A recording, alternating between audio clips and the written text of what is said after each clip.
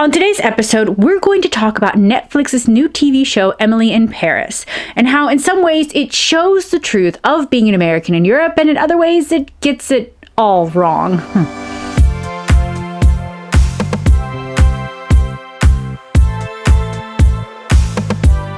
Hello, Lieblings. I'm Mari, science fiction and fantasy author who's been living in southern Germany since 2014. First off, I have to say that Expat Tube is a buzz concerning the show. Especially French Tube and Expat in France Tube. I actually don't know what that's called, but I've seen so many videos in that direction doing some sort of damage control because the whole show is a fantasy. But fantasies like these have led plenty of Americans to think that this is what expat life is like. And honestly, we gotta drop some truth bombs and stamp out those dreams. Today, I want to talk about expat life and how it is portrayed in the media. There are quite a few films out there where the main character is like this fish out of water in a foreign land, and because so many are produced in Hollywood, naturally that fish out of water is American. So many of them show moving to a different country with rose-tinted glasses, and while the highs of such an unbelievable adventure are truly that high, they never really capture how low the lows can be. It's storytelling. Most of these movies, like Under the Tuscan Sun or Eat, Pray, Love, are feel-good movies. And of course, they're not going to focus on that crippling homesickness you feel when you crack a joke in a room full of Germans and no one actually understands you and you suddenly wish you were back home with your friends who found you hella hilarious. Not that I've felt that before.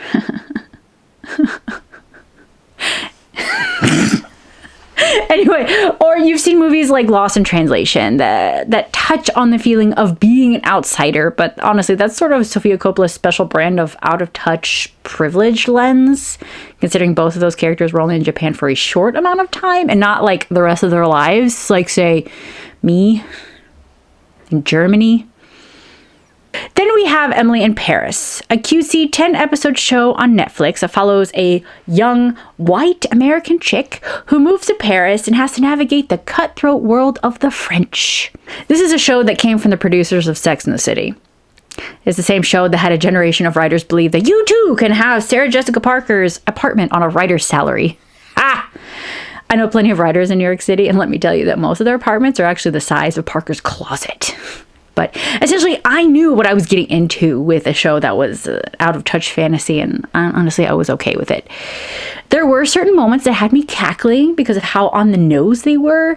Others were obviously changed to cater to an obvious American audience, and other things were just wrong. What are they? Well, we'll get to that. But before we get started, hit the subscribe button and ring the bell if you haven't already. Here on Adventures of Lamati, we talk about writing, living abroad, and everything in between. I will mostly be tackling the first episode, but as a whole, I really enjoyed the show. It was fun, it was a long-form romantic comedy, and I genuinely hope there is a second season. But I think one of the reasons why it also didn't bother me as much as some of my expat friends was because I'm half Peruvian, hi, and I grew up on a healthy dose of telenovelas. And trust me, we Latinos are not here for the realism, we are here for the fantasy. And I also know how to separate fact from fiction. I allowed myself enough suspension of disbelief to just have fun with it. Unfortunately, shows like these paint an overall unrealistic view of moving to Europe, and I feel like I gotta stamp that shit out right now. So let's dive in! In the beginning of the episode, we are introduced to Emily, who is a marketing executive at a big firm in Chicago.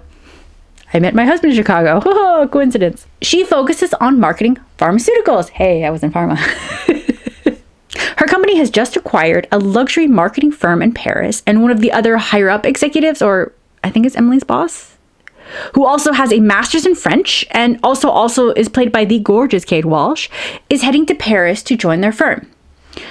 Suddenly, Kate Walsh is pregnant and equally suddenly decides that she doesn't want to follow her dreams about living in Paris, and thus allows Emily the opportunity to take said job and move to Paris. Except Emily doesn't speak a word of French.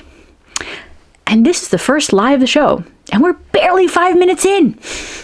Kate Walsh's character not only got the job because of her credentials, but because she also spoke French.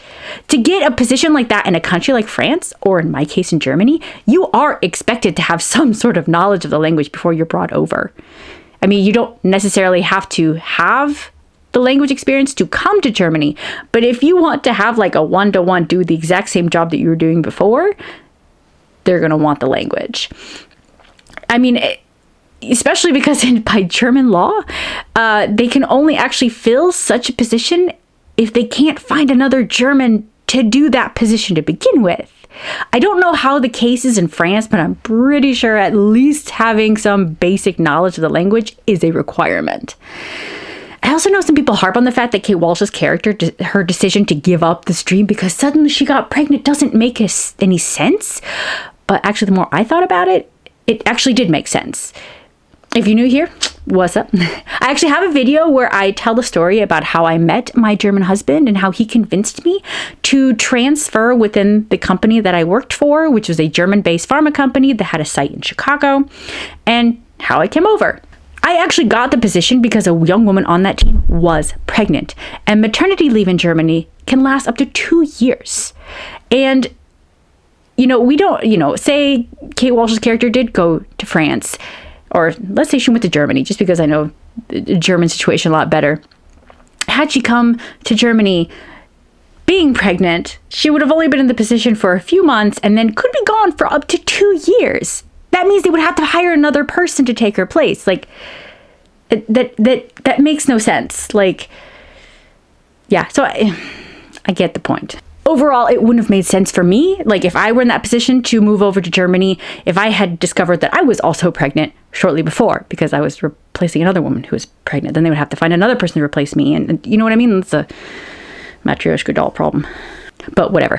In which case, the company would have either had to hire another person who spoke French or just not send anyone at all.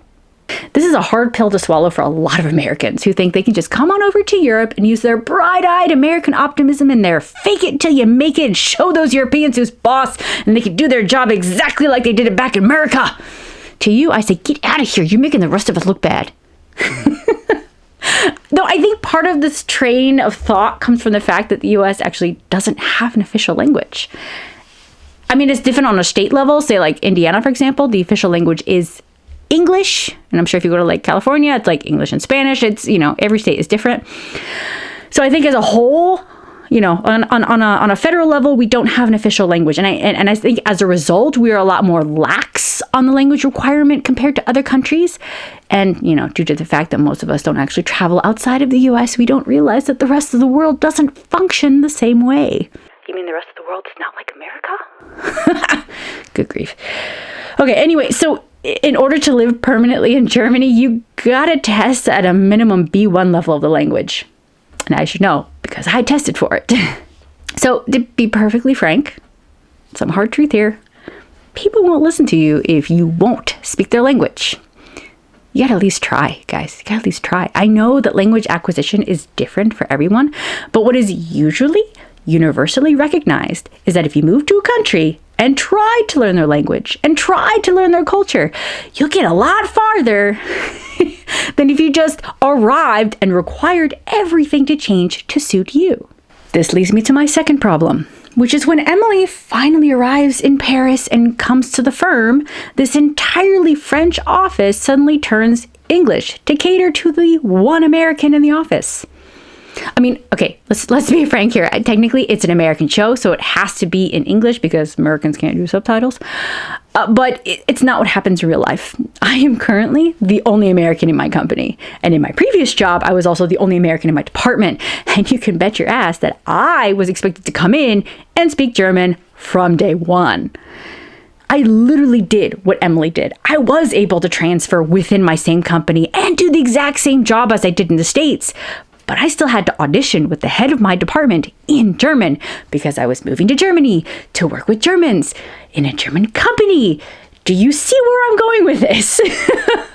At the time that I moved to Germany, I was nowhere near fluent or really even capable at German. So, I mean, I wasn't expected to be, native speaker at this point. But I did have something to work with. I studied 2 years in college. I also took free courses through the Goethe Institute that my company was offering. And I knew I had something and I could only go up. And though honestly, looking back at how horrible my German was at the time, I was really lucky to get that opportunity to transfer. My ability to move was due to the fact that I had friends in Germany, and the manager of that team with the pregnant chick was a personal friend of mine and requested my transfer personally. Not everybody gets that same opportunity. It's not that easy. And even when you do know the language, it's not necessarily easier. I have a friend here in Germany, another American, who has a master's in German, who got said master's in Stuttgart, and whose German is far superior to mine, and still had a hard time finding a job, even for a position that was heavy in English, because those HR folks didn't deem her German good enough. On the other end of the spectrum, I have another American friend who was a German high school teacher for a number of years and was able to get her certification and now actually teaches English and German here in Germany. Everyone's experience is different, but the potential for conflict is in telling a more realistic story is there. I will also admit that that level of criticism can be found all over the world. This is not a specific German thing or even French thing. My Peruvian mother has lived in the United States for over 35 years and still gets similar criticism from Americans. It's just one of those hardships that I actually don't really get to see that often in film or television, except for like Modern Family, because Gloria is 100% my mom. I also need to point out that even by the end of the first season, Emily's French hasn't really changed. Like, sure, she's taken like 1 or 2 classes and tries to use her French like that one time, but by the end, she's still only speaking English. And again, I think this could be because it's an American show and it needs to remain in English. But again, that's not real life, guys. That's not real life. And I harp on this whole lack of language bit because there are so many potential and realistic conflicts that you can take from real life without defaulting to stereotypes. And I harp on the need to write unique and refreshing conflicts because I am a fiction writer and defaulting to stereotypes is a sign of lazy writing. My readers and my editor would not let this level of writing fly if I had tried something like this. Honestly, I would love to see a show or film that actually shows some semblance of a journey of language acquisition. In fact, there is a German film that kind of touches on it, Willkommen bei den Hartmanns, where Diallo, who is a Nigerian refugee, spends a good portion of the film showing his journey as well as the difficulties of learning German. And as a fellow foreigner in Germany, I really felt that. Another criticism of Emily can be best described through that situation in the restaurant. She felt her meat was undercooked and tried to send it back. I think it was some specific French dish, or maybe, I'm not entirely sure, I can't remember, but she felt she was justified because in America, the customer is always right, blah, blah, blah, blah, blah. Even her friend Mindy confronted her and asked, "You think you're going to change the entire French culture by sending back a steak?" And it really frustrated me to see her dig her heels because I remember having seen some Americans use this American way is the right way mentality when being in a foreign country, and it just aggravates me. I mean, folks, the American way is a way of doing things. But you will never know if it's the best way for you to do things until you branch out and see how other cultures do things. There are plenty of German ways of doing things that I actually do prefer, and I am happy to adopt. And there are other things that I either seriously disagree with or genuinely abhor, like your stupid dog tax. But the most I can do is complain until the cows come home because I live in Germany and I can't change things through American optimism alone.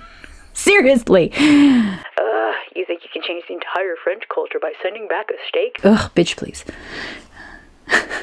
But I do also have to quickly note that I am aware that not all Americans like this. I had to babysit 19 members of my family when they came over for my wedding, and every single one of them loved the experience.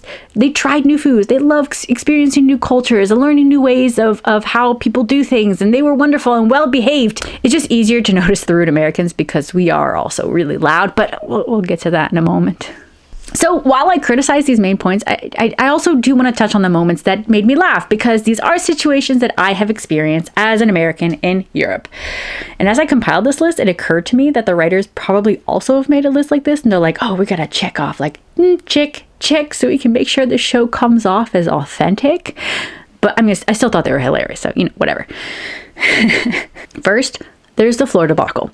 Yes, we've all had that moment where we realize the floors are numbered differently in Europe than in the States. Emily lives on the 5th floor, which is technically, for an American, the 6th floor. In Europe, they consider the 1st floor to be the ground floor, or floor 0. And then the 1st floor is our 2nd floor, and, und so weiter. It was really cute the first time it was mentioned, but then they actually kind of made it like a joke, and then they overused it like a billion times and all to get like a super meet cute with that really sexy Gabrielle. Yeah, I mean, fine, whatever. I'm sure you could have come up another way to get them to me, but fine. I also had a good laugh at the moment when Emily had this team meeting when she first arrived, and one of the coworkers, Luke, asked Emily why she was shouting. I mean, yeah, we Americans are loud, and my husband and I had actually had this conversation about like a few weeks ago. So when that came up, we both laughed really hard because, yeah, I know Europeans think Americans are loud, and we are. It's okay. And for the record, even by American standards, I'm loud. And part of it's because I'm half Peruvian, because Latinos are louder. Surprise, surprise. And I was a theater kid, so I'm loud because I project. I speak from the diaphragm. That's what we do. Then there was that moment where Sylvie, Emily's French boss, and the film's founder, Paul Brossard, spent several minutes making fun of 1, the fact that American food is terrible, 2, the fact that Americans are fat, and 3, Americans are fat because the food is terrible. If I had €1 every time I heard one of those comments or a combination thereof, I could quit my day job. Like, seriously. We get it, guys. We get it. Like, we know the food is terrible and full of chemicals to the point that it can trigger addiction, blah, blah, blah. But I'm still going to shell out money for my Velveeta shells and cheese.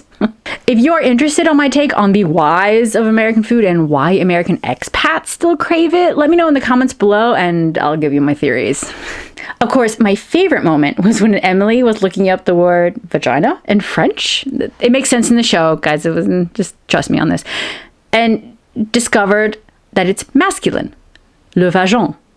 And she goes to Sylvia and she's like, oh, French is so messed up. Why is vagina masculine? And you know what? I actually had a very similar conversation about German. So, German linguists, I have a question for you. Why is it das Fräulein and das Mädchen are neutral and only die Frau is feminine? Does that mean that a woman is only feminine when she's married? What kind of ass backwards reasoning can you come up with and justify it? Let me know in the comments below.